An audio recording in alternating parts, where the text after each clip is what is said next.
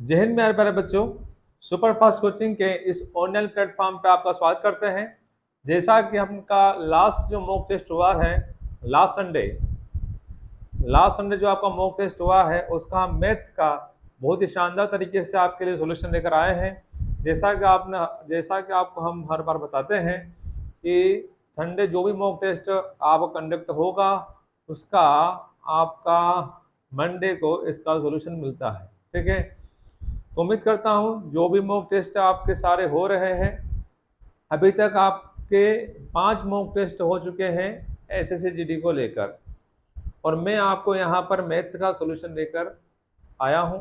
और ये आज मॉक टेस्ट 6 है, जो आपका लास्ट संडे जो मॉक टेस्ट हुआ था उस मैथ्स का हम सॉल्यूशन लेकर आए हैं मेरे योद्धाओं। ठीक है, तो उम्मीद करते हैं सारे योद्धा स्वस्थ और मस्त होंगे। और जो भी वीडियो देख रहे हैं, और अगर पहली बार इस वीडियो को अगर आप देख रहे हो मेरे योद्धाओं, तो इस चैनल को सब्सक्राइब कर लेना और ज्यादा से ज्यादा शेयर कीजिए मेरे योद्धाओं। ठीक है, हम आपके लिए सेशन लगातार लेकर आते रहेंगे। ठीक है, तो ये रहा आज का पहला क्वेश्चन जो आपने मॉक टेस्ट में देखा था। 30, 120 और 15 का चतुर्थ समानुपाती ज्ञात करना है, चतुर्थ बताना है। तो हमने आपको बताया था इस प्रकार से लिखा जाता है, ए अनुपात बी समानुपात सी अनुपात क्या डी।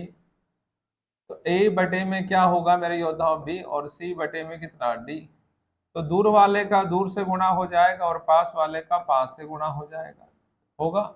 हमें बताना चतुर्थ, और चतुर्थ के लिए क्या है डी है, चतुर्थ के लिए क्या है डी है। तो ए का मान आपके पास दे रखा है कितना 30, डी आपको बताना है। बी आपके पास 120 है और सी आपके पास 15 है। तो 30 से कट गए 120 कितनी बार मेरे योद्धाओं, 4 बार। तो जो चतुर्थ समानुपाती होगा वह 60 होगा। कितना होगा मेरे योद्धाओं, 60। तो इस क्वेश्चन का जो आंसर है मेरे योद्धाओं वो 60 है। कितना है योद्धाओं, 60 है। क्या इतनी बात सभी योद्धाओं को समझ में आ गई? क्या इतनी बात सभी योद्धाओं को समझ में आ गई मेरे योद्धाओं? ठीक है, तो इस क्वेश्चन का आंसर क्या है, 60 है। कुछ नहीं करना था, चतुर्थ पूछा है तो चतुर्थ के लिए हम क्या करते, आपको सिखाया है दूर वाले का दूर से गुणा, पास वाले का पास से गुणा। देखो, और आपको बताना था डी, क्या बताना था, डी बताना था। ए का मान, बी का मान और सी का मान रख दिया। हल करने पर आपका जो आंसर आएगा मेरे योद्धाओं वह कितना होगा, 60। क्या इतनी बात सभी योद्धाओं को समझ में आ गई? बेटा थोड़ा मुंह में थोड़ा प्रॉब्लम है, इसलिए प्रॉपर अगर आवाज क्लियर नहीं आ पा रही उसके लिए क्षमा चाहते हैं पहले से। ठीक है, मुंह में थोड़े से छाले हैं, ठीक है ना, थोड़ा सा बोलने में आपको लग रहा होगा आवाज ऐसी आ रही होगी, तो कोशिश करूंगा मैं फिर भी आपको स्पष्ट सुनाई दे। ठीक है मेरे योद्धाओं, आ जाओ। अगला क्वेश्चन से रहा, एक घन की भुजा की लंबाई 14 सेंटीमीटर है और घन का पार्श्व पृष्ठीय क्षेत्रफल कितना है, पार्श्व पृष्ठीय क्षेत्रफल कितना है, घन का पार्श्व पृष्ठीय क्षेत्रफल निकालना है, घन का पार्श्व पृष्ठीय क्षेत्रफल निकालना है। ठीक है मेरे योद्धाओं, जिस कमरे में आप अगर बैठे हो, अगर वो घन के आकार का है, घन की सभी भुजाएं समान होती हैं। अगर जो कमरा आप देख रहे हैं वो जो चारों दीवारों आपको दिखाई दे रही है, चारों दीवारें जो दिखाई दे रही है, टॉप और बॉटम को छोड़कर जो भी ये चार आपको दीवारें दीवारें दिखाई दे रही है उसे हम क्या बोलेंगे, पार्श्व पृष्ठ। क्या बोलेंगे, पार्श्व पृष्ठ का क्षेत्रफल। तो एरिया निकालने के लिए मेरे योद्धाओं फार्मूला जो होता है ना वो होता है 4a²। क्या होता है, 4a²। क्षेत्रफल निकालना है। तो भुजा का मान आपको दे रखा, भुजा की लंबाई, भुजा को डिनोट करेंगे किससे, ए से। तो 4 गुना ए का मान मेरे योद्धाओं 14 है, 14 है। तो 4 गुना क्या होगा, 196। और 196 का गुना अगर मैं 4 में करूंगा मेरे योद्धाओं तो मुझे आपको क्या मिलेगा, 9।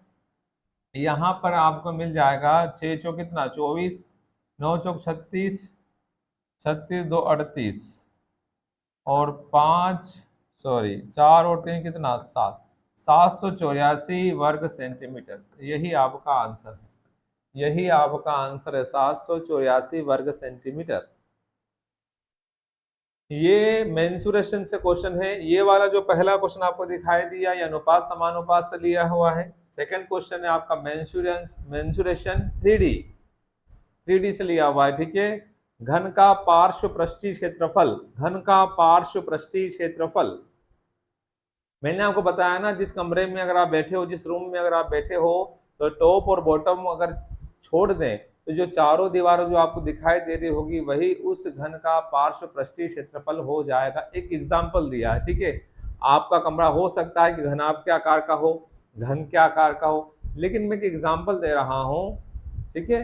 तो चारों दीवारों का क्षेत्रफल, अगर दीवार स्क्वायर की साइज का है तो स्क्वायर का जो फार्मूला होता है वर्ग का क्षेत्रफल का वो ए स्क्वायर होता है।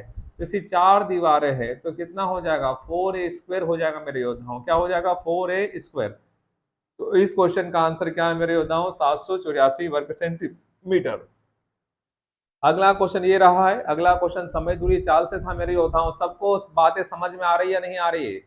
जल्दी से जल्दी सेशन को शेयर करें, लाइक करते रहे अगर सेशन अच्छा लग रहा हो तो, ठीक है। और थोड़ा सा हौसला अफजाई कीजिए वहां से मेरे योद्धाओं, कमेंट करते रहें। सेशन अगर अच्छा लगा हो तो बताएं कि हाँ सर हमें सेशन अच्छा लग रहा है, ठीक है। आगे बढ़ते हैं अगले क्वेश्चन की तरफ। एक से बिंदु P से 12 किलोमीटर प्रति घंटे की चाल से चलना शुरू करता है और उसकी शुरुआत के 6 घंटे बाद Y भी उसी बिंदु से P से उसके पीछे अपनी साइकिल पर 16 किलोमीटर प्रति घंटे की चाल से चलना शुरू करता है, तो Y X को प्रारंभिक बिंदु P से कितनी दूरी पर मिलेगा? देखो X जो है बिंदु P से, X जो है वह बिंदु P से चलना शुरू करता है, बिंदु P से चलना शुरू करता है, बिंदु P से चलना शुरू करता है यहां से, और उसकी जो स्पीड है वो 12 किलोमीटर प्रति घंटे की चाल चलना शुरू करता है और उसकी शुरुआत के 6 घंटे बाद Y भी उसी 6 घंटे तक चलता रहा। तो 6 घंटे तक चलता रहेगा तो दूरी बराबर क्या होता है, चाल गुना समय। तो अगर मैं चाल की बात करूं तो चाल कितनी है उसकी, x की 12 है और समय कितना, 6। तो हम बोल सकते हैं कि 72 किलोमीटर। कितना किलोमीटर होगा मेरे योद्धाओं, 72 किलोमीटर, 72 किलोमीटर होगा, 72 किलोमीटर हो गया। तो यहां पर पहुंच चुका है, यहां पर पहुंच चुका है कौन, x। और यहां से अब कौन निकलेगा, बिंदु P था, यहां से निकला था। अब कौन निकलेगा यहाँ से 6 घंटे बाद, y। तो ये यहाँ पर आ चुका है और इसकी जो चाल है वो 12 किलोमीटर प्रति घंटा है, 12 किलोमीटर प्रति घंटा है। और जो y अब निकलने वाला उसकी जो चाल है मेरे योद्धाओं वो 16 किलोमीटर प्रति घंटा है, 16 किलोमीटर प्रति घंटा। और दोनों की डायरेक्शन कैसी है, सेम है। ये जब यहाँ से निकलना शुरू करेगा तो ये उसी समय यहाँ से निकलेगा, तो सेम। तो यहाँ पर रिलेटिव स्पीड क्या लगेगा, होगा माइनस होगा। और दोनों के बीच का जो डिस्टेंस है वह कितना है, 72 किलोमीटर हो चुका है। तो आपको अगर मैं यहाँ से समय निकालूं तो समय बराबर क्या होगा, दूरी बटा चाल। और दूरी हो चुकी दोनों के बीच में 72, और रिलेटिव स्पीड कितना होगा यहाँ से आपका माइनस होने पर 4।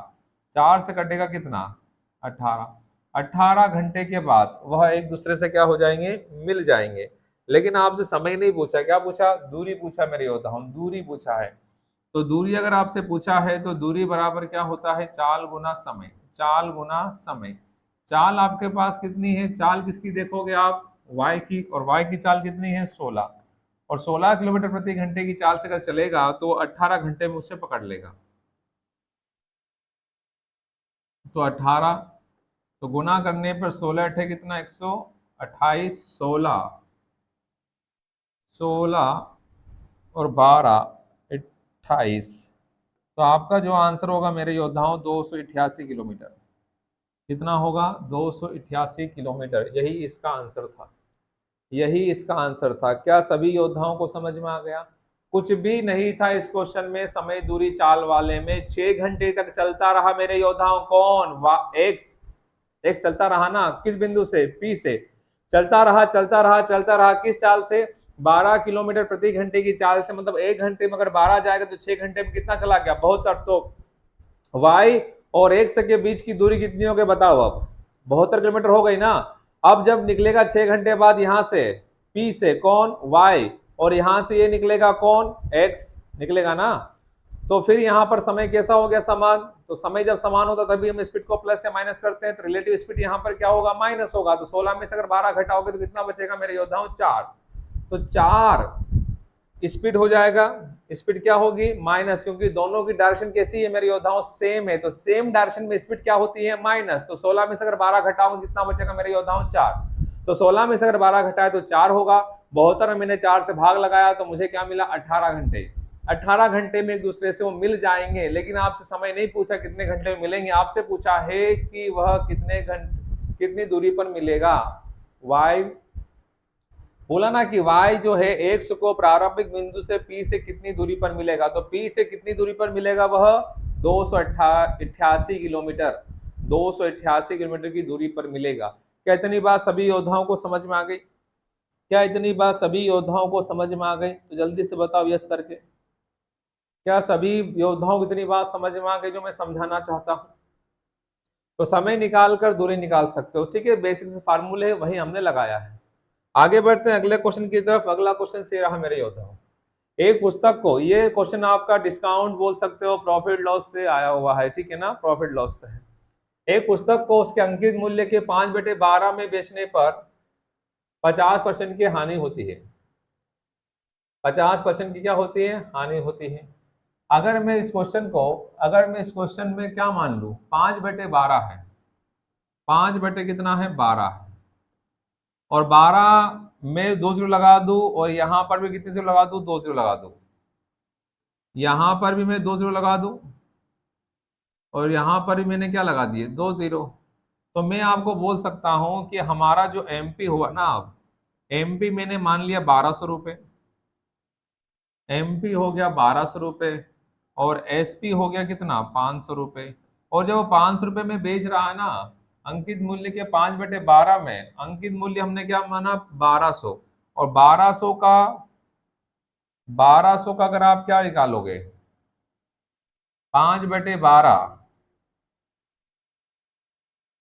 देखो ऐसा भी मैं क्या बोल रहा हूं आपको, 5 बटे कितना है 12 है, तो मैंने एमपी को कितना मान लिया 12 है, तो 1200 मान लिया, 2 जीरो बना दिया। और 1200 का अगर मैं 5/12 निकालूंगा, 1200 का अगर मैं 5/12 निकालूंगा मेरे योद्धाओं, तो मुझे कितना मिलेगा 500 ही तो मिलेगा। कितना मिलेगा बताओ 500 मिलेगा। तो 500 में जब बेच रहा हूं तो मुझे क्या हो रही है हानि, क्या हो रही है हानि। तो सेलिंग प्राइस आपके पास आ गया, तो सेलिंग प्राइस कितनी मानी मैंने 500, और बेचने पर क्या हुआ हानि, और 50%, तो बेचना कितने में बेचा 500 में, बटे में कितना 50%। और क्रय मूल्य अगर निकालना हो तो गुणा क्या लगाते हैं 100।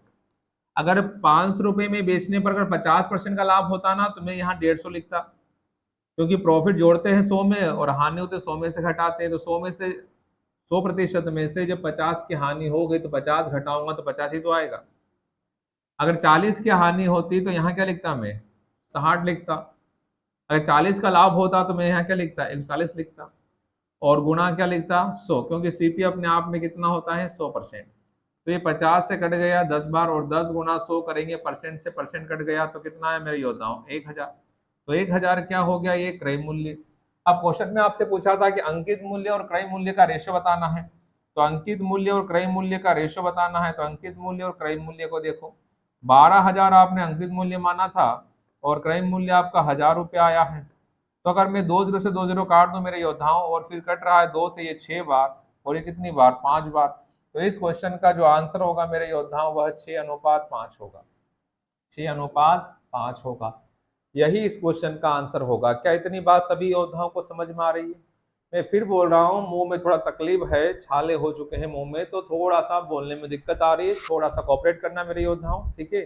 थोड़ा सा प्रोनाउंसिएशन में, उसको उच्चारण में दिक्कत हो रहा है, बोलने में तकलीफ हो रहा है। तो अभी कोई को किसी को बातें अगर समझ में ना आ रही तो ध्यान से देखना, ठीक है, क्योंकि ऑलरेडी क्लास सुबह शाम हो चुकी होती है, तो थोड़ा सा दिक्कत हो रहा है। ओके, वेरी गुड, बहुत शानदार मेरे योद्धाओं। अगला क्वेश्चन देखो, ये रहा आपका बी बोर्ड माउस से क्वेश्चन। तो सबसे पहले क्या लिखा, 42 प्लस 43 माइनस 6 का 4 गुना 45 माइनस 7 माइनस 2। तो सबसे पहले आपका ये ब्रैकेट सोल्व होगा, तो ब्रैकेट सोल्व होने पर यहाँ पर क्या मिलेगा मेरे योद्धा, मुझे 5। 5 से भाग लगाऊंगा 45 में, तो मुझे यहाँ पर मिलेगा 9। और ये आपका हो गया साहब, ठीक यहाँ तक। और उसके बाद आपका क्या हो जाएगा, 42 प्लस 43 माइनस 6 चौक कितना, गुना होगा 24। पहले गुना होगा ना, का मतलब क्या होता है, गुना। और फिर गुना यहाँ पर कितना है, 9। तो ये हो गया 3 और 2 5 और 4 और 4 कितना 8 माइनस 9 चौक कितना 36 हो जाएगा 18। 9 चौक कितना 36 और 36 का 6 हासिल कितना 3, 9 दूनी 18, 18 और 3 कितना 21 हो जाएगा। तो हल करने पर मेरे योद्धाओं क्या आ रहा है, 6 में से अगर 5 घटा दूं, 6 में से अगर 5 घटा दूं तो 1 आएगा। 11 में से 8 घटा दूं तो कितना होगा 3 और यहाँ पर 1, लेकिन किसका आएगा, माइनस का। उम्मीद करता हूँ ये सभी बच्चों का आंसर सही आया होगा। उम्मीद करता हूँ ये सभी बच्चों का आंसर सही आया होगा जब आपने सॉल्व किया होगा। ठीक है, ये सारी बातें पता है, बेसिक पहले क्या सोल्व करते हैं क्या करते हैं सारी पता है। ठीक है, तो यहाँ पर आपके पास कितना था, 5 डिवाइड था, तो यहाँ पर आपको डिवाइड करने पर कितना आ गया 9। पहले का सोल्व होगा उसके बाद गुना होगा, तो ये हो गया आपका 24। और 24 गुना जब आप 9 करोगे तो 216, और ये फिर प्लस हो जाएगा तो 85। तो हल करने पर माइनस का 131 आएगा। अगला क्वेश्चन ये रहा, टाइम एंड वर्क से क्वेश्चन है, शांति से देखते रहो। ए और बी किसी काम को करने में कितना समय लेते हैं, 14/3 दिन। कितना दिन, 14/3 दिन। जबकि बी और सी उस काम को करने में मेरे योद्धाओं लेते हैं 12/5 दिन। कितने लेते हैं, 12/5 दिन। और सी और ए उस काम को पूरा करने में कितना समय लेते हैं मेरे योद्धाओं, 16/3 दिन। तो यदि वे तीनों एक साथ मिलकर कार्य करते हैं तो वे समान कार्य का कितना हिस्सा 2 दिनों में पूरा कर सकते हैं। ठीक है, मिलकर करना चाहते हैं 2 दिन तक काम, तो कितना हिस्सा पूर्ण कर चुके होंगे ये बताना है। तो 12 अंश वाले का एलसीएम लेंगे, तो 12 और 16 का अगर हम एलसीएम ले तो 48 होगा। और 48 और ये क्या बचा 14, तो ये कटा 24 और ये कटा कितना 7। तो 38 कितना 56 का 6 हासिल कितना 3 हो जाएगा। 7 चौक 28, 28 और 56 का 6 हासिल कितना 5 होगा। और 7 चौक 28, 28 और 5 कितना 33। 336 आपका एलसीएम आया। 336 आपका क्या आया, एलसीएम। 14 से अगर इसे काटोगे, एलसीएम आपका आ गया, एलसीएम आपका आ गया 336। अगर 14 से काटेंगे तो 14 दूना 28। ठीक है, 14 दूना कितना हो जाएगा 28 होगा, सॉरी 28 हुआ, 2 बार 28 हुआ ना, ये 28 हो गया। कितना बचा यहाँ से 5 और 14 चौक 56, और मतलब 24 बार कट रहा है ना, 24 बार कट रहा है। और 24 गुना 3 करोगे तो कितना आएगा यहाँ पर 72। इसी तरह 12 से कटेगा, 12 से ये कटेगा, बार दूनी कितना होगा 24, बार दूनी कितना होगा 24। कितना बचा यहाँ से मेरे योद्धाओं 9, बार दूनी 24 और 12 अठे कितना 96। तो 28 पंजे 28 पंजे 28 बार कटा, 28 गुना किसमें करेंगे 5 में, तो 5 का 28 गुना, और तो 28 पंजे 140। सेम यहाँ पर ये क्या होगा मेरे योद्धाओं, यहाँ पर क्या होगा 16 दूनी 32, 2 बार, फिर कितना बचा 16 कम 16, मतलब 16 दूनी 32, 21 बार, और 21 या 63, 21 या 63 हो जाएगा मेरे योद्धाओं, ये 63 हो गया। अब आपको पता है हमें तीनों की क्षमता चाहिए, तो सबको मैं जोड़ूंगा तो 2 कॉमन निकल जाएगा, ए प्लस बी प्लस सी, और बराबर यहाँ पर कितना हो जाएगा मेरे योद्धाओं, बराबर कितना हो जाएगा 6 और 2 कितना हो जाएगा यहाँ पर 5, 6 4 10 और 7 कितना 27, हासिल 1, 1 और 1 कितना 2, 275। 275 बटे में हम चाहें तो लिख सकते हैं कि ए प्लस बी प्लस सी बराबर 275 275 बटा कितना 2, ये हो गई तीनों की इफिशियंसी। और हमें इन तीनों से काम करवाना है कितने दिन मेरे योद्धाओं? इन तीनों से हमें काम करवाना है 2 दिन। कितने दिन? 2 दिन करवाना है, 2 दिन करवाना है। तो ए प्लस बी प्लस सी कितने दिन? 2 दिन। तो 2 गुना इफिशियंसी कितनी है? 275 बटा कितना 2, 2 से 2 क्या हो गया? कैंसल। तो 2 दिन में कितना काम होगा? 275 होगा। और उसने यही पूछा है कि 2 दिन में पूरा कितना होगा। तो टोटल हमेशा कहाँ आता है? बटे में। और 2 दिन में जो काम होगा वह कितना होगा? 275। तो यही आपका आंसर हो जाएगा, ऑप्शन नंबर सी।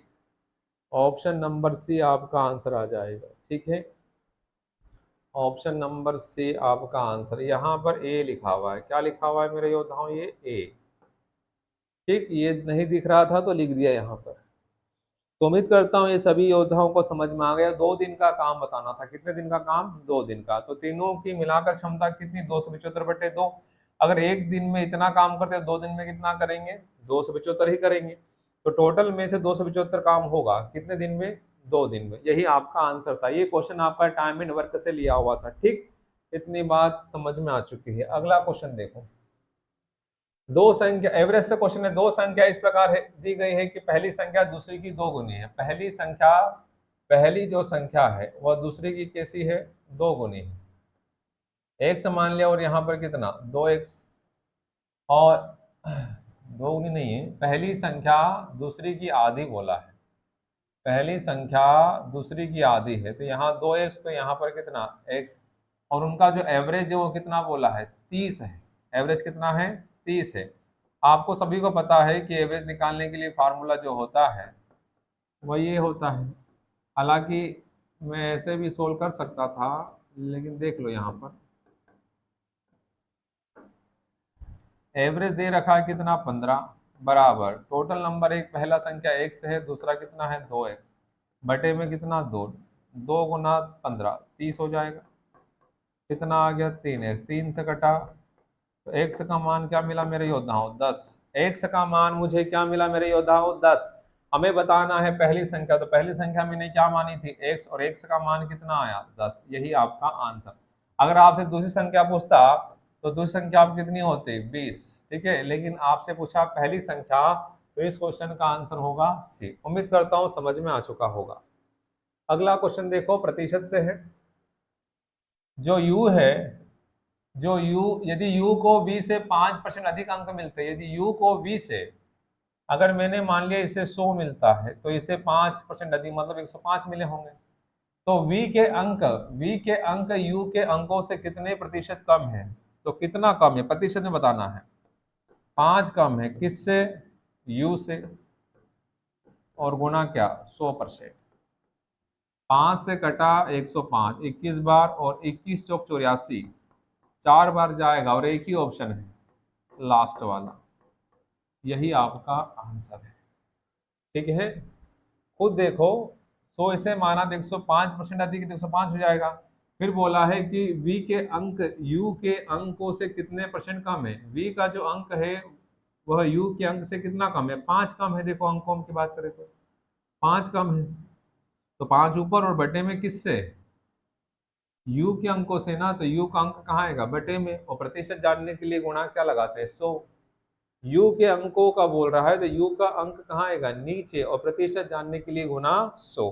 क्या इतनी बात समझ में आ रही मेरे योद्धाओं को? अरे बोलो, सोना नहीं है, देखना है कहाँ कहाँ गलती हुई है आपको इन क्वेश्चनों में, वो आपको चेक करना है। आपकी डिमांड पर ही ये सेशन लेकर आया हूं कि अगर कोई दिक्कत जाए किसी क्वेश्चन में तो आप उसे समझ पाए कि हमसे गलती कहाँ हुई है। ठीक है, आगे बढ़ते हैं अगले क्वेश्चन की तरफ। एक बार फिर क्वेश्चन बी बोर्ड मौत से है। यहाँ पर कितना हो जाएगा? 44,000 माइनस 16 दूनी 32, 200 प्लस 4 दूनी 8 और 4 त्रिक 12, यही होगा। घटाने पर मुझे क्या मिलेगा मेरे योद्धाओं? 4,200। और इसे हम जोड़ देंगे 128 में। घटा दो और जोड़ दो, तो आंसर आपका आ गया है मेरे योद्धाओं 4,328। उम्मीद करता हूं सभी का आंसर आया होगा। अगला क्वेश्चन देखो। ए का 4/5वां भाग, ए का 4/5 हलवा क्वेश्चन है। कुछ कुछ क्वेश्चन ऐसे आएंगे एग्जाम में जो आपके लिए बड़ा आसान होगा। कट गया, 2 से 4 कट गया, 2 ए का मान 2, बी का मान 1, तो आपसे पूछा है रेशियो, तो रेशियो आपका हो जाएगा 1:2। यही आपका आंसर है, डी फॉर दिल्ली वाला। क्या सभी योद्धाओं को बात समझ में आ रही है? क्या सभी योद्धाओं को बात समझ में आ रही है? अगला क्वेश्चन मेरे योद्धाओं, अगला क्वेश्चन संभालो। निम्नलिखित में से कौन सी संख्या 11 से विभाज्य नहीं है? नहीं, 11 का क्या नियम है? एक एक अंक को छोड़कर जब उसको जोड़ते हैं ना, सम संख्याओं के स्थान पर, जैसे 1 2 3 4 जो संख्या होती है ना, जैसे मैं आपको ये बोल रहा हूं कि 1 2 3 4 5 6 ऐसा, तो ये है इकाई, ये दहाई, ये सैकड़ा, ये हजार, 10,000 और ये लाख। पहले स्थान पर, तीसरे स्थान पर और छठे स्थान पर जो संख्या आएगी उसे हम क्या करते हैं? जोड़ते हैं। और दूसरे स्थान पर, चौथे स्थान पर, सॉरी यहाँ गलत हो गया है, एक सेकेंड, 1 2 3 4 5 और 6, फर्स्ट, थर्ड और 5। विषम स्थान पर जो संख्या आती है उन्हें जोड़ते हैं, और सम स्थान पर जो संख्या 2, जैसे 2 है, 4 पर है, 4 स्थान पर, और ये दूसरे स्थान पर था, ये चौथे स्थान पर था आपका, और ये छठे स्थान पर था। तो कुल मिलाकर जो विषम स्थानों पर जो संख्या रहती है उन्हें जोड़ते हैं, और सम स्थानों पर जो संख्या रहती है उन्हें जोड़ते हैं, और जोड़ने के बाद उनका क्या देखते हैं? अंतर। अगर अंतर मेरे योद्धाओं 0 आ जाए, 11 आ जाए, 22 हो जाए, तो वह नंबर सदैव 11 से डिविजिबल होगा। आ रही बात समझ में? हमेशा डिविजिबल होगा। तो देखो यहाँ पर 1 और यहाँ 6, 6 और 1 कितना? 7, 5 और 2 7, 7 में 7 घटाओगे तो 0, तो ये नंबर पूरा पूरा कट जाएगा 11 से। यहाँ देखो 3 और यहाँ 5, 5 और 3 कितना? 8, और यहाँ 6 और 2 कितना? 8, 8 में 7 घटाओगे 0, होगा नहीं होगा? यहाँ आ जाओ, 8 और 7 15, और 2 और 2 4, 15 में से 4 घटाओगे 11, 11 कट जाता है किससे? 11 से।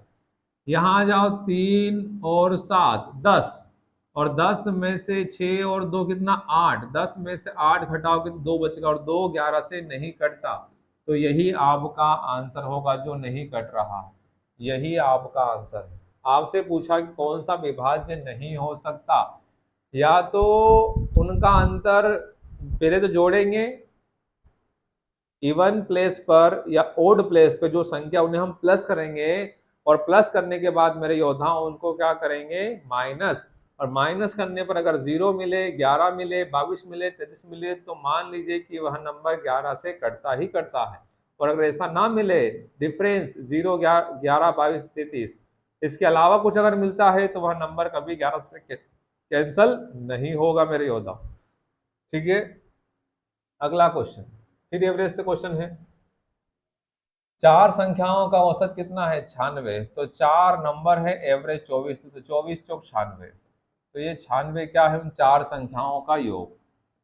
तो a plus B plus C plus D मान लिया, ये चारों का योग आ गया। फिर बोला प्रथम 2 संख्याओं का औसत, प्रथम 2 a और b, प्रथम 2 संख्याओं का औसत, प्रथम 2 संख्याओं का औसत अंतिम 2 संख्याओं के औसत का, अंतिम 2 संख्याओं के 2 संख्या है उसको योग करके औसत लिखा, और कितना गुना है? 2 गुना है। ठीक है, तो ये 2 से 2 क्या हो गया? कैंसल, तो यहाँ पर कितना आया? 1। अब बीच में साइन किसका है? बराबर का, और a प्लस बी के नीचे कितना है? 2, और c प्लस डी के नीचे कितना? 1। तो हम बोल सकते हैं कि a प्लस बी का मान कितना है? 2, और c प्लस डी का मान जो है वह कितना है? 1। ठीक है ना, यही रेशियो हो जाएगा उसका। a प्लस बी का मान कितना है? 2 आया, और c प्लस डी का मान कितना आया? 1 आया। मैंने आपको बताया था कि जब भी बीच में बराबर का साइन हो और वेरिएबल के बटे में अगर वो संख्या आ जाए, तो वही उसका मान हो जाएगा। a प्लस बी का मान 2 और c प्लस डी का मान 1 हो जाएगा। होगा या नहीं होगा? और इसी तरह आपसे बोला है कि अंतिम दो संख्याओं का योग बताओ, अंतिम दो संख्याओं का योग बताओ। तो टोटल जो योग है चारों का वो कितना है 96। और यहाँ पर अगर जोड़ेंगे दोनों को तो 2 और 1 कितना 3। हमारे यहाँ पर हल करने पर चारों का योग 96 आया और यहाँ पर जोड़ने पर चारों का योग कितना मिलेगा मेरे योद्धाओं बचाओ 3 आएगा ना। तो 96 हो गई वैल्यू किसकी 3 की। और हमें बताना है अंतिम दो संख्या, और अंतिम दो संख्याओं का मान कितना है 1 है। तो यहाँ पर 1 आएगा। 3 से कटेगा 96 कितनी बार 32 बार। यही आपका क्या होगा आंसर। अगर प्रथम दो संख्याओं का पूछ लेता ना तो गुना 2 करता मैं, गुना 2 करता तो 32 दूने 64 हो जाता। कितना हो जाता 64 हो जाता। तो उम्मीद करता हूँ ये आपको समझ में आया होगा। उसने बोला प्रथम दो संख्याओं का औसत, प्रथम दो संख्या ले ली उसका औसत पूछा है, तो दोनों संख्याओं का योग करके 2 से भाग लगा दोगे तभी तो एवरेज आएगा। और अंतिम दो संख्याओं के औसत का कितना गुना है 2 गुना है। कौन 2 गुना है ये 2 गुना है, लेकिन गुना किसका करना पड़ेगा 2 का सामने वाले में, तब जाके दोनों आपस में क्या होंगे बराबर होंगे। ठीक है, तो हल करने पर आपका जो आंसर आएगा वह कितना होगा 32। उम्मीद करता हूं समझ में आया होगा। अगला क्वेश्चन ये रहा, यदि 5 शर्ट का क्रय मूल्य 3 शर्ट के विक्रय मूल्य के बराबर है, 5 शर्ट का क्रय मूल्य 3 शर्ट के विक्रय मूल्य के बराबर है, तो लाभ प्रतिशत बताना है। सीपी के बटे में कौन आ गया एसपी, बराबर 3 बटे में कितना 5। 3 में खरीदा 5 में बेचा, कितने का लाभ बताओ 2 का लाभ। किस पर प्रतिशत जानने के लिए क्या लगाते हैं गुना 100। तो हल करने पर मेरे योद्धाओं क्या मिलेगा 66.66% क्या प्रॉफिट, क्या मिलेगा प्रॉफिट। यही इस क्वेश्चन का आंसर है। क्या इतनी बात सभी योद्धाओं को समझ में आ रही है। प्रॉफिट लॉस से क्वेश्चन था। पिछला क्वेश्चन आपका एवरेज से था जो आपको समझ में आया होगा, जो आपको समझाया मैंने। अगला क्वेश्चन ये रहा, अगला क्वेश्चन है आपका चक्रवृद्धि ब्याज से। चक्रवृद्धि और ब्याज की गणना कैसे की उसने अर्धवार्षिक। तो ब्याज की गणना जब अर्धवार्षिक हो तो रेट आधा हो जाता है और समय क्या हो जाता है दोगुना। तो समय की अगर मैं बात करूं तो समय आपके पास यहाँ पर 2 वर्ष है, और 2 में जब मैं 2 का गुना करूंगा तो कितना होगा 4 वर्ष। कितना होगा 4 वर्ष।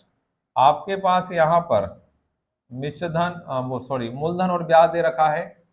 अगर हम मिश्र मूलधन में, अगर हम मूलधन में क्या जोड़ दें ब्याज जोड़ दें, क्या जोड़ दें मेरे योद्धाओं ये ब्याज अगर हम जोड़ दें ना, ये ब्याज अगर हम जोड़ दें, ये सीआई है चक्रवृद्धि ब्याज है, तो मुझे क्या मिलेगा मिश्र धन। क्या मिलेगा मुझे मिश्र धन। और मिश्र धन मुझे यहाँ से कितना मिल रहा है मेरे योद्धाओं ये वाला, ये मिश्र धन है। तो मिश्र धन यहाँ पर 32, 21, 0.2 है। और मूलधन आपके पास कितना मेरे योद्धाओं, मूलधन आपके पास कितना है मेरे योद्धाओं 22,000। कितना है 22,000।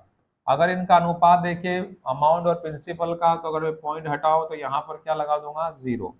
और ये 22 से कट रहा है, ध्यान से अगर आप देखोगे तो ये 22 से कट रहा है, ये 22 से कम 22, तो ये कट जाएगा कितनी बार 10,000 बार। और इसे 22 से अगर काटोगे ना तो कितनी बार जाएगा 1 बार। कितना बचा 0 1 और यहाँ पर कितना 2, 22 जो कितना हो जाएगा 88 हो जाएगा मेरे योद्धाओं। यहाँ से कितना बचेगा आपका 4 और यहाँ से 1 और ऊपर से कितना आया 1। फिर हो जाएगा यहाँ पर 22 6 दूनी 12, 22 गुना 6 12 और 2 14, कट जाएगा नहीं कट रहा है। 6 दूनी 12, 12 और 1 13, कट रहा है ना। कितनी बार 6 बार 132। फिर यहाँ से कितना बचेगा मेरे योद्धाओं 10 में 11 में से 2 घटाओ कितना बचेगा 9, और यहाँ से कितना बचा 1। अरे कितना बचा 1 बचा ना। और ऊपर से क्या उतारोगे आप, ऊपर से क्या उतारोगे मेरे योद्धाओं 0 उतारा। अब कितनी बार जाएगा देखो आप, अब कितनी बार जाएगा 7 8। देखो देखो जल्दी से कितनी बार जा रहा है, चेक करो जल्दी से मुझे बताओ। यहाँ पर थोड़ा सा रुक कर जल्दी से बताओ हल करके क्या आएगा, हल करके बताओ क्या आ रहा है। हल करके बताओ क्या आ रहा है।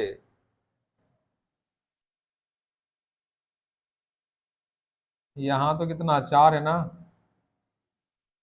12 में 60 घटा कितना बचा 4, और यहाँ से कितना बचा आपका 1, और ऊपर से कितना आया 1, यही बचेगा। उसके बाद कितनी बार जाएगा, 12 में से 8 घटाया 4। जल्दी बताओ कितनी बार कट रहा है, थोड़ा एक बार चेक करो जल्दी से। इसे 22 से भाग लगाना है, 22 से भाग लगाने पर कितनी बार कट रहा है, एक बार चेक करो जल्दी से, मैं भी चेक कर रहा हूँ।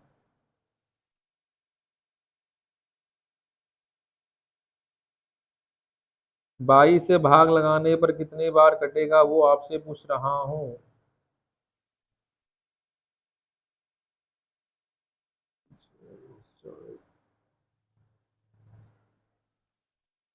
चलो पूरा भाग्य लगा देता हूँ, नहीं पकड़ में आ रहा तो इधर देखो, कोई दिक्कत नहीं है। यहाँ देखो,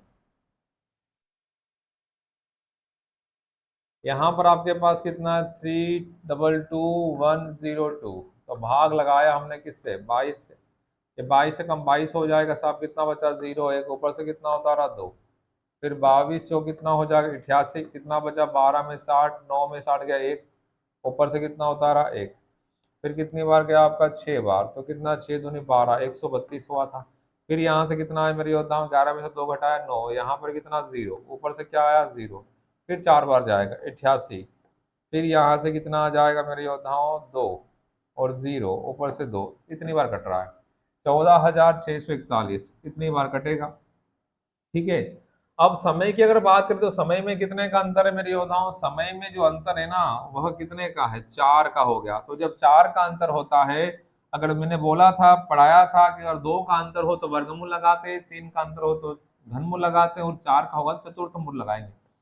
तो यहाँ पर 4 होगा तो 14,641, और यहाँ पर भी होगा 4, तो यहाँ होगा, ये सभी को पता है, ये 11 की पावर हम लिख सकते हैं इसको कितना 4, और यहाँ लिख सकते हैं आप मेरे योद्धाओं 10 की पावर कितना, 4 से 4 कटेगा तो 10 आएगा, और यहाँ पर भी 4 से 4 कटेगा 11 आएगा।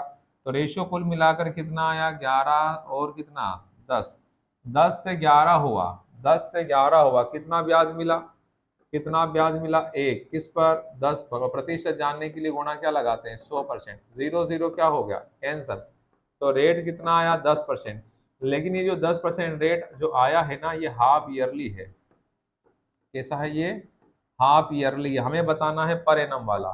तो पर एनम निकालने के लिए क्या करोगे मेरे योद्धाओं, इसमें 2 का गुणा करना पड़ेगा, तो इस क्वेश्चन का जो आंसर होगा वह 20% होगा, कितना होगा 20% होगा। थोड़ा समझना पॉइंट आया है। और मैंने आपको जब पढ़ाया था चक्रवृद्धि ब्याज तो आपको ये सारी बातें बताई थी कि अगर अंतर 2 का हुआ तो वर्गमूल लगाओगे, अंतर अगर 3 का हुआ तो घनमूल लगाओगे, यहाँ 4 का है, क्या है मेरे योद्धाओं 4। जब चक्रवृद्धि ब्याज की गणना अर्धवार्षिक होती है ना तो रेट आधा हो जाता है और समय क्या होता है दुगना, लेकिन यहाँ से जो रेट आएगा ना वो हाफ ईयरली वाला होगा, ठीक है। तो उसमें अगर आप गुणा करोगे, तो आपसे पूछा था क्या वार्षिक ब्याज की दर पूछा है, तो वार्षिक ब्याज की दर क्या रहेगी, इसमें 20 होगा, 20 का आधा तो तभी क्या होगा 10। तो इस क्वेश्चन का आंसर कितना होगा मेरे योद्धाओं 20%, 20% आपका आंसर है। मैंने सिखाया है, अगर आपको ध्यान हो तो अच्छे से सिखाया। अगला क्वेश्चन फिर आपका है, अगला क्वेश्चन फिर आपका है, ए एक कार्य को 7 घंटे में पूरा करता है, और बी और सी उस कार्य को 7/2 घंटे में पूरा करता है मेरे योद्धाओं, और C प्लस ए उस कार्य को पूरा करता है, C प्लस ए गलत हो गया है, गलत हो गया है, 21/21 कितना मेरे योद्धाओं 4 है, और यहाँ पर 7/2 है।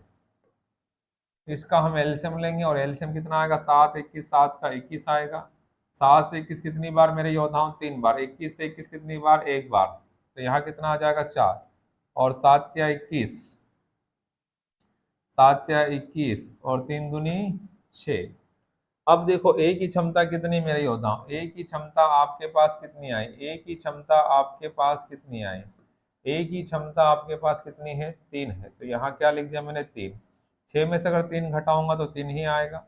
यहाँ रखा अगर मैंने 3 तो यहाँ पर कितना आ जाएगा 1। और हमें काम किससे करवाना था, बी अकेले से, और बी की क्षमता कितनी आई 1, तो 1 से क्या लगा दो भाग, तो आंसर कितना आ जाएगा 21 घंटे। यही आपका आंसर होगा मेरे योद्धाओं, यही आपका आंसर होगा। अगला क्वेश्चन ये रहा, एक वस्तु का एमपी दे रखा है, एमपी आपको दे रखा है मेरे योद्धाओं 6,600 रुपये, और उस पर जो विक्रय मूल्य है सेलिंग प्राइस वो दे रखा है 4,752 रुपये।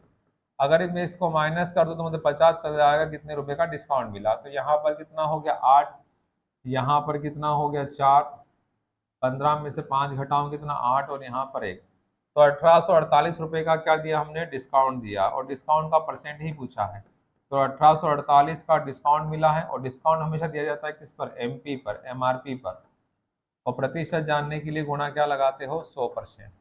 तो मेरे योद्धाओं यहाँ पर ये 2 जीरो से 2 जीरो क्या हो गया, कैंसिल हो गया, कैंसिल। इसे अगर मैं 6 से काटूं, 6 से कटेगा, ये 6 से कट रहा है, 6 3 18 0, और 6 8 48, और 6 से कटेगा 11 पर, 11 से काटो, 11 दूनी 22, 8 बचा, 11 88, तो 28% का क्या मिलेगा, डिस्काउंट।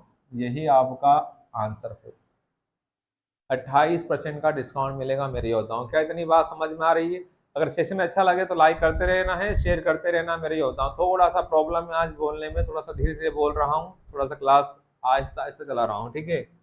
अगला क्वेश्चन ये रहा, 420 प्लस डिवाइड करेंगे पहले तो कितना आ जाएगा 8 माइनस कितना 6, तो 428 माइनस 6, तो 422, यही आपका आंसर होगा। 422 यही आपका आंसर होगा मेरे योद्धाओं। समझ में आ रहा होगा सारी बातें आपको, ठीक है। अगला क्वेश्चन है साधारण ब्याज से 2 वर्ष के बाद कितना ब्याज मिलेगा, ब्याज पूछा है, तो ब्याज बराबर क्या, ब्याज बराबर वही 1000 मूलधन है, डॉलर में है, कोई बात नहीं, रेट 5 है, समय 2 है, बटा 100 है, मूलधन गुना दर गुना समय, 2 जीरो से 2 जीरो कैंसिल, 50 गुना 2 कितना आ जाएगा 100, $100, $100 क्या मिलेगा ब्याज। अगला क्वेश्चन है आपका, ए में पहले 20% की वृद्धि की जाती है और फिर उसमें 30% की कमी की जाती है। 20% की वृद्धि, 20% को क्या लिखोगे आप 1/5, और फिर क्या लिखोगे 30%।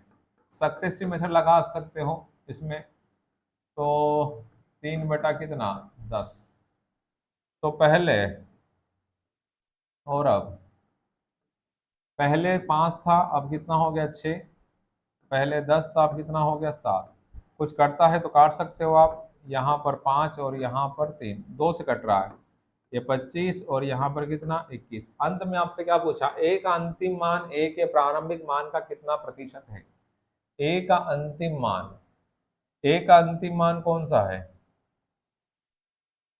21 है, तो ए के प्रारंभिक मान का कितना प्रतिशत है, अंतिम मान 21 है और प्रारंभिक मान कितना है 25, उसका पूछा है प्रतिशत, और गुणा क्या लगा दो 100। ए का अंतिम मान ए के प्रारंभिक मान का कितना परसेंट है, तो 25 से कटा 100, तो 21 जो कितना हो जाएगा 84%। बोलो क्या समझ में आया।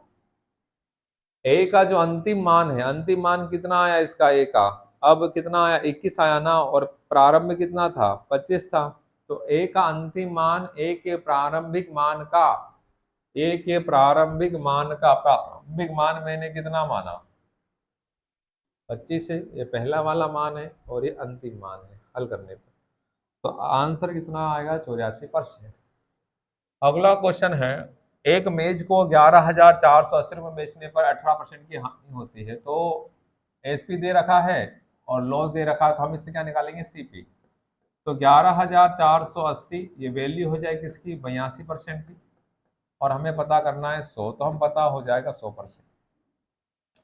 अगर इसे अगर आप देखोगे तो 11,4,8 एक बार भाग जाएगा, जा रहा है, यहाँ 2 बचा, 11 में 60 घटाओ 3 और यहाँ पर 8, तो कितना होगा मेरे योद्धाओं 4 बार, एक बार तो गया, और फिर हो जाएगा 4 दूनी 8, 8 चौक 32, 14, ओनली 14 है। एक जुड़ जाएगा तो 14, 140 गुणा 100 करोगे तो कितना आ जाएगा मेरे योद्धाओं? 14,000। कितना होगा? 14,000। और उसे बेच रहा है कितने में? 15,540 रुपए में। 15,540 रुपए में बेच रहा है। अब पहले इतने में बेच रहा था तो हानि हुआ था, अब वो इतने में अगर बेचे तो कितने का लाभ होगा वो आपसे पूछा है। तो कितने का लाभ होगा बताओ मेरे योद्धाओं? 1440 का लाभ होगा। लेकिन परसेंटेज में पूछा है, लाभ तो हुआ है 1440 रुपए का, और लाभ हुआ है किस पर? सीपी पर। जब भी बात रुपए की होती है तो प्रॉफिट या लॉस हमेशा देखा जाता है सीपी पर, बेस वैल्यू सीपी होती है। 3 जीरो से 3 जीरो क्या हो गया? कैंसिल हो गया। कुछ गलत हुआ क्या? कुछ गलत हुआ है। 15,540, 15,500 कितना है? 40, 154 आएगा यहाँ पर। तो 14 से एक बार और फिर एक बार, तो आंसर कितना आएगा मेरे योद्धाओं? 11% का लाभ होगा। तो पहले हमने क्या निकाला? एसपी और एसपी और एसपी और किससे? एसपी और लॉस से हमने क्या निकाला? सीपी। ये क्रय मूल्य है। अब इतने में खरीदा, इतने में अगर बेचेगा तो क्या होगा? लाभ होगा। लेकिन कितने परसेंट का लाभ होगा? तो रुपयों में कितने का लाभ हुआ? 1540 रुपए का। किस पर? 14,000। और प्रतिशत जानने के लिए गुणा क्या लगाते हैं? 100%। क्या इतनी बात समझ में आई मेरे योद्धाओं? Very good. तो उम्मीद करता हूं जितने क्वेश्चन मैंने आपको आज समझाए वो हर एक क्वेश्चन आपको समझ में आया होगा।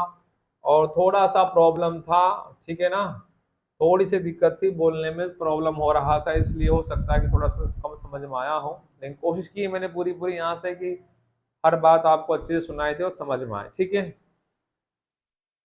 तो अगर जो बच्चा पहली बार इस वीडियो को देख रहा है तो वीडियो को लाइक कर देना और ज़्यादा से ज़्यादा शेयर कीजिएगा, ठीक है।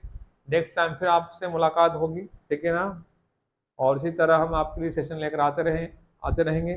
तो आज के लिए इतना रखते हैं। जय हिंद, जय भारत।